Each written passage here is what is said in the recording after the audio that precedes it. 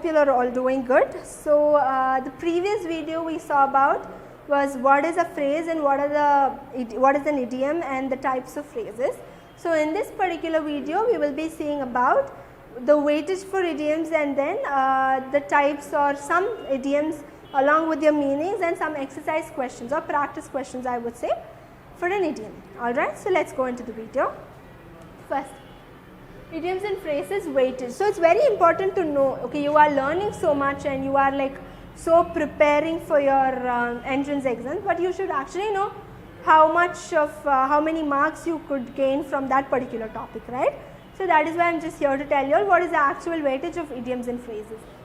So idioms and phrases form an important part of the English section and it is very important for your various competitive exams, alright. So some important competitive exams in which these idioms and phrases questions are asked are SSSC exams, RRB, bank exams and other government exams. So we could say probably in almost all your competitive exams they would be using or they would be getting, you would be getting questions from idioms and phrases. Next, at least 4 to 5 questions related to important idioms and phrases are asked in various competitive exams such as SSC, RRB as I told you. So the actual mark you get is at least 4 to 5. So at least 4 to 5 marks you get from this topic. So now we all know the weightage, so you all have to plan and prepare and learn accordingly. So let us go into the idioms.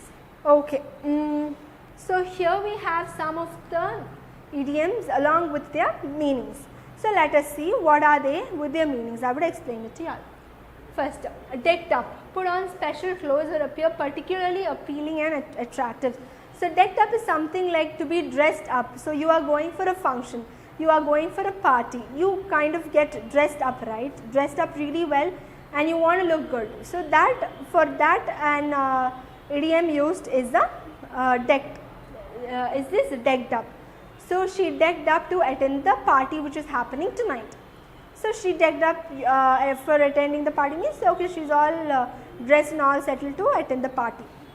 Next, doing the rounds, to be passed from one person to another. So it's like you are in this group discussion kind of a scenario and wherein group discussion happens where one after the other, like in an interview I am telling you. So one after the other it just goes in rounds. So you tell your perspective about that particular thing and then the next tells and then the next tells, right? So that is how it happens. So it's like one after the other. So in those kind of scenarios we can use doing the rounds. So I am starting it, okay fine, I'll start with a group discussion and you all can do your rounds. Means that you all can go one after the other. So that's an idiom used. Next, between the cup and the lip. Here exactly between the cup and the lip means it's a very tiny kind of space. So on the point of achievement. So when you see, we do not take the literal meaning we know, but what is it? The space between the cup and the lip when you are taking or sipping the tea, there is a very minute thing, a minute space we could call that as. So that is used here wherein to tell that it is the point of achievement. So here between the cup and the lip means that it's the verge of an achievement. So you know that something is doing good and you are in that verge and there's one minute milestone that you will have to cross to achieve it, right? So this project is like we are dealing, the project is it's like a cup and a lip situation. If my client agrees and we would succeed with it. So it is in a verge, we will or we might not, but we are in the verge of that achievement. It just has to get an approval from a client so that we could achieve it or we could win over it. Next, a damp squib means complete failure. So you have started something and it is an utter failure, it's a complete failure. So that time you can use this idiom, a damp squib. So the business that we started was a damp squib, means it was a complete failure. Even before we could start, in a few months it was just all down the road, we couldn't succeed in it. So at that time we could use damp squib. Next, put off, an evasive reply to delay doing something, especially because you do not want to do it. So put off literally means like to just like stop it, right? So this is something like that. You use it because you want a situation to just slip away and you really want it to slip away, not because of any coincidence or maybe it's just a coincidence that it slipped away from you, but it is because that you really don't want to do it. So that is why you tell that I want to put off this situation. So you can use in sentences like, hey, just put off that situation, I really I have another work to do, means that I wantedly want to put off it and I don't want to get involved in it. Alright. Next, a dime a dozen, anything that is common and easy to get. So a dime a dozen means which is easy. Alright. So it can be possible, it is not that difficult for you to achieve it or for you to get it. So that time we can use a dime a dozen, which is very simple and not that problematic for you to get. Alright. So for example, you can use maths is just a dime a dozen for him because he is such a talented guy. So maybe he is so good at maths. So maths is like so easy for him. So he considers maths to be a dime a dozen, so he can just succeed in it, or maybe he can crack it. Next, cast iron stomach, which means someone who has no problems, complications or ill effects with eating anything. So it's like that person's got a very good digestive system. Literally it means that. So cast iron stomach means whatever he eats and whenever he eats, it's good for him and he doesn't fall sick or he doesn't fall ill at all. So Henry has a cast iron stomach and anything and everything he eats is perfectly fine. So that is like a kind of a situation wherein you can use cast iron stomach. Next, a mare's nest, a false invention. So mare's nest is used particularly wherein you kind of invent something, but then it is not up to the mark, or maybe it is not that or maybe a success or something. So a mare's nest. So you think of inventing something, you had something in your mind and an idea you had, but when you went on and you wanted to proceed with it, it did not actually turn out to what you were thinking but something else. So in that kind of situation you can use this, a mare's nest. Alright. Next, takes a beating, to be damaged because of performing badly or being criticized. So this you can usually use maybe in a working place or a working scenario wherein you have done something and it is totally up to you. You have to take ownership for that because it's your mistake. So that time you can use this takes a beating. Maybe I take a beating because I was totally into this, because I have screwed it up. So I am taking this, it's my responsibility. Next, a chip on your shoulder, being upset for something that happened in the past. So something that happened in the past that upsets you, or maybe you are carrying something from the past in your present and in future. So when you want to tell somebody, okay, come on, you needn't carry that thing from the past throughout your life, just let it go. So in those scenarios you can use a chip on your shoulder, or maybe you can say this person is like he's so into it, or maybe that incident has got him so much that he is never letting that go and he's always carrying it with him. So maybe you can tell it like Sandra is always carrying the chip on her shoulder, that chip on her shoulder, just like that you can finish it. Or maybe you can tell if she is going to carry the chip on her shoulder, then it is very difficult for her to move on in life. Alright, so something like from the past. That's it. Next, call a spade, straight talks. So straight talks is something very important. So when you are asked something and or maybe you want somebody to tell you something, just be straight. So you want that person to be straight, just don't go around and just don't give me all alternatives, just tell what actually it is. So that time we can use call a spade, alright. So maybe for example you can use I don't like the sly talks, just call a spade. So I don't want you to be this sly and don't want to give me all this feel good talks, but just tell me what the actual matter is, just tell me what it actually is, just don't go around and like tell me all the nice things without telling what actually it is. Next, don't count your chickens before they hatch, don't rely on it until you sure of it. So when something is happening, you know it is happening, but you are not actually sure whether it is going to happen for sure. You have planned for it, that outcome might come or might not as well. So before you are actually sure and you know very well that 99% of it is done and it's just like, yeah, you are anyways going to hit it. So at that time you can be very sure of it, but you've just started it and you don't know actually how far this is going to go, right? So in that time we can use phrases like don't count your chickens before they hatch. So we've just started the business, so don't count chickens before they hatch, right? So we've just started it, so don't be calculating all your profits or you be calculating all the things that might happen before we can actually go into it and start seeing the progress. Next, dog days of summer, which means the hottest day of the summer season. So hottest day of summer season. So you're going out and it's so hot, you are unable to bear it and you're like, it's always been hot, but today it's way too hot. It's way too warm and you're not able to withstand it. So that time you can tell, oh, today is a dog's day, days of summer. Alright. Next, ever and an. So now and then, occasionally. So now and then. So we say that, right, once in blue moon we say, it's like very occasionally, once in a while we do it, right. It's like not always. So here occasionally, once or twice like we do. So now and then occasionally we do. So for example, I like painting, so I do it now and ever and anon. So I like painting, so I just do it occasionally, so ever and anon. Alright. Next, field day, an enjoyable day of circumstance. So it is something that you can like, it's like a mark or maybe you really enjoy that particular day. For example, a college going student might find their farewell very important, right, or maybe the first freshman year is very important.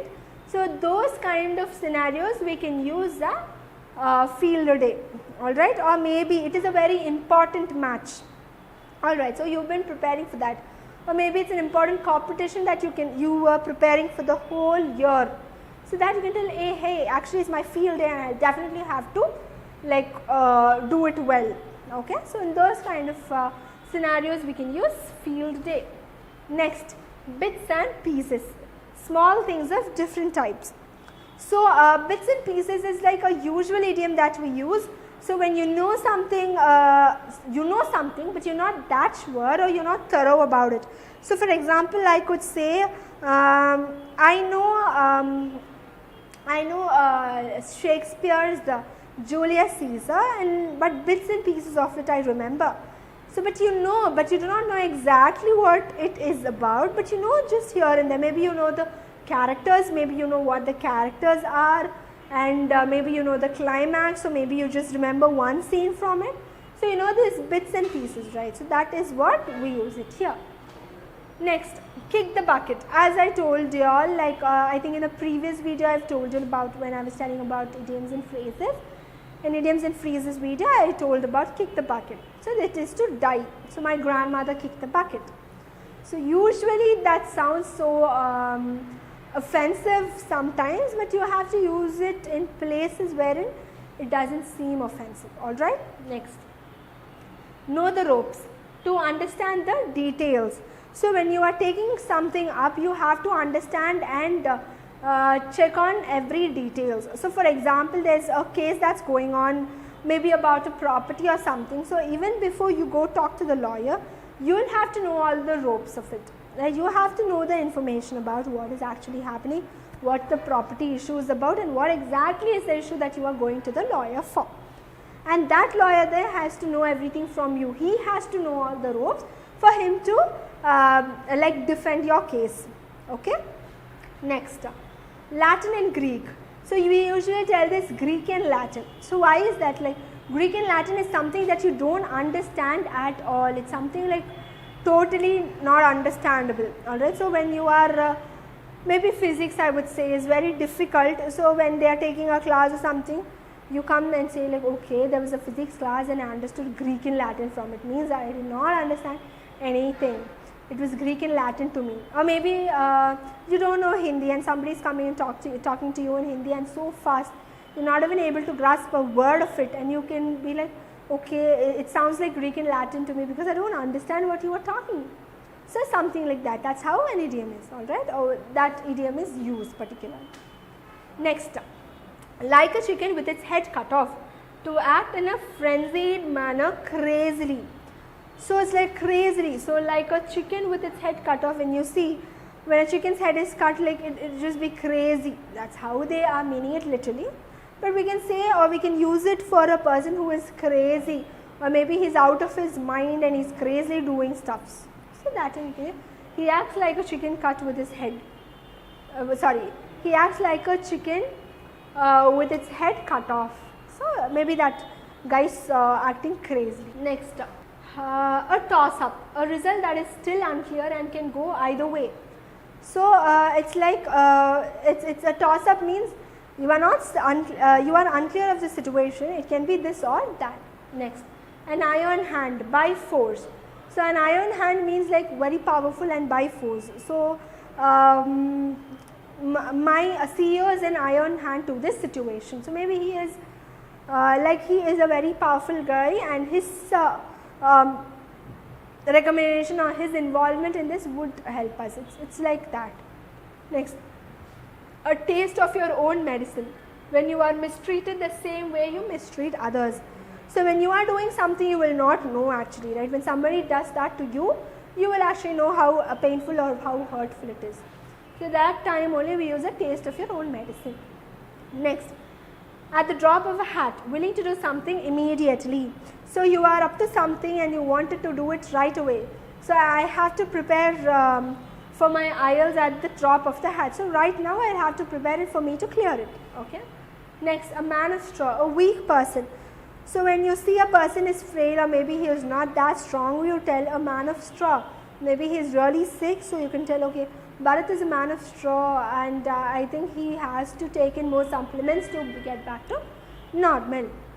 Next, bite your tongue, to avoid talking. So something like you know something and you don't, and others don't want you to tell, right? So that time you can use like bite your tongue. Okay, fine, I'll bite my tongue. I'm not going to talk anymore. So in those kind of scenarios, you use bite your tongue.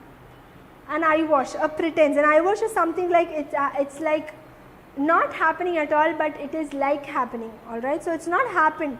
It's just like getting their way into you, right? So that is called as an eye wash, wherein they have that leverage and they kind of try to pretend to get something from you. Next, at 6s and 7, persons who are having different opinions. So when I have a friend and I have one opinion and he's got another opinion about the same topic or about the same subject, and that is when we use 6s and 7. Next, bite off more than you can chew, to take on a task that is way too big to handle. So bite off means like you know your caliber, but you're doing something that is way out of your league. So that is called as bite off more than you can chew. Can't cut the mustard, someone who isn't adequate enough to compete or participate. Maybe you are a person who are coaching a particular team, and you know that one person is he needs more time and he needs more practice to come to that situation, or that to handle that kind of situation. So that time you could say can't cut the mustard. He cannot cut the mustard, still he needs more time. Yeah. Next, to let a frog out of your mouth. It's to finish, to say the wrong thing. So to let a frog out of your mouth is to say the wrong thing. So it's an idiom. Next, as cool as a cucumber, which means it's like very cool. You're very cool about the situation and you are not like hesitant, or you're not like when angry at all. So here we will be seeing some of your target questions that will help you to practice, or this is how you might get your questions for your exams. So these are some of the examples, I would say. Alright, so first, funny how you can get a bee in your bonnet about the most unlikely matters. So bee in your bonnet here, this actually means obsessed with an idea. So it's actually not a likely thing to discuss about, it is actually out of the way. It's a different idea totally, where nobody is into it or agree to it, but then this person is so into it. So being obsessed with it. So being obsessed or so into it is called as bee in your bonnet. Next, I understand that you don't like the necklace he brought, but it is a gift. So please don't look a gift horse in the mouth. So it actually means that somebody has brought a necklace, but it's not that good. But somebody is requesting, please don't talk ill about it. So that is how this idiom kind of feels or sounds, right? So here the answer here is don't find fault with the gift. Even though you feel that it is not a good necklace or you might not like it, please don't find fault with it or let others know. Next, to take with a grain of salt. So to take with a grain of salt means to take with some reservation. So I am giving you all the exact answers here is because you will have to find out the idioms. You will have to at least go through a lot of idioms, only then you will be able to answer these questions, because we actually knew that the literal meaning is not going to help us right with idioms, because idioms are way different from the way they are framed. That is why. So to take a grain with a salt means to take with some reservation. Next, to let something slip through one's fingers. So slip through one's fingers is like you had an opportunity and you've just given that away. So here in these we have to waste an opportunity to achieve something, start the day in a bad mood which continues all day long, to uselessly dwell on a subject far beyond its point of resolution and in anxious suspense. So here it's to waste an opportunity. So this is the first one. Next, something up one's sleeve. So something up one's sleeve is like some idea which is popping up, something like that is a something up one's sleeve. So here a grand idea, a secret plan, a profitable plan, or something important. So we can say it's a grand idea. Okay, so something up one's sleeve is something like a very grand idea that's one's giving. Next, castles in the air. So castles in the air means like your imaginary things. So we usually tell, like when we are telling something to a person and they think too much about it. So we may be like, don't build castles in the air. So don't get your hopes too high. So that's like visionary projects. So too high, you think a lot about it. So something even which is not quite possible. Next, to keep one's head, to keep calm, to think coherently, to be agile and active, none of these. To keep one's head means like you have to be focused and stay calm. So here the first option, to keep calm. Next, Liam had butterflies in his stomach before he went on stage to play the violin. So he is going on a stage, so probably it's a stage fright. So it's an act of like you feeling fear and you are nervous. So here teach himself to be nervous and excited, write it down, explain to someone. So here to be nervous and excited is the answer. Next, even though you just got fired, remember that every cloud has a silver lining. At least you don't have to work for the grouchy boss anymore. So every cloud has a silver lining means there's a good in every bad thing that happened, right? So that is what. So you got fired, yeah, it is a bad thing, but then the boss is not that good, you know. So maybe that bad thing which has happened has found one good thing for you, wherein you don't have to work with your boss anymore. So here, dealing with an expert, you can find good in every bad situation. Dealing with a troublesome person, wasting time. So you can find good in every bad situation. Next, I let the cat out of the bag about your wedding plans. A blunder, a useless undertaking, to accidentally reveal a secret, none of these. So I let the cat out of the bag about their wedding plans. So wedding plans means something that they are thinking about. So you have told something about the plan means that you've given out the secretive plan, right? So here the option is to accidentally reveal the secret. So yeah, so this is about the idioms, and these are the practice questions. So not just with this 10 questions you will be able to answer. There are a lot of other idioms that I gave you, right? So practice that and try to answer some practice questions that you'll find on internet as well. And then you will be able to answer these questions, alright. So that is it about the idioms and the types and their meanings. Thank you.